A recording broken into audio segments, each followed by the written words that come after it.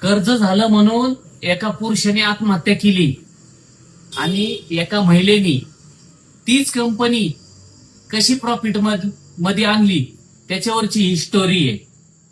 2019 मध्ये जे सीसीडीचे मालक आहेत सिद्धार्थ सर, यांनी 7,000 कोटी कर्ज झालं म्हणून आत्महत्या केली.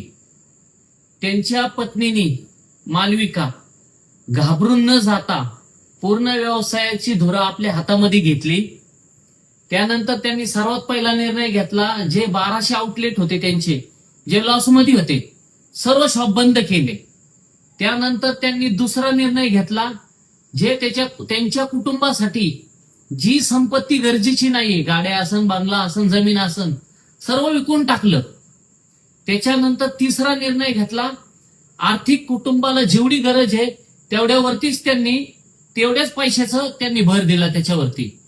आणि चौथा निर्णय त्यांनी घेतला, कमी शॉपमध्ये व्यवसाय जास्त कसा केला जाईल, जास्त प्रॉफिट कसं केलं जाईल ह्याच्यावरती त्यांनी भर दिला. 2019 ते 2025 दरम्यान त्यांनी पूर्ण कर्ज फेडलं, लोकांमध्ये विश्वास निर्माण केला आणि आज 2025-26 मध्ये त्यांच्या कंपनी 1,000 कोटीपेक्षा जास्त प्रॉफिटमध्ये आहे. या साहसी महिलेची स्टोरी तुम्हाला कशी वाटली कमेंटमध्ये नक्की सांगा.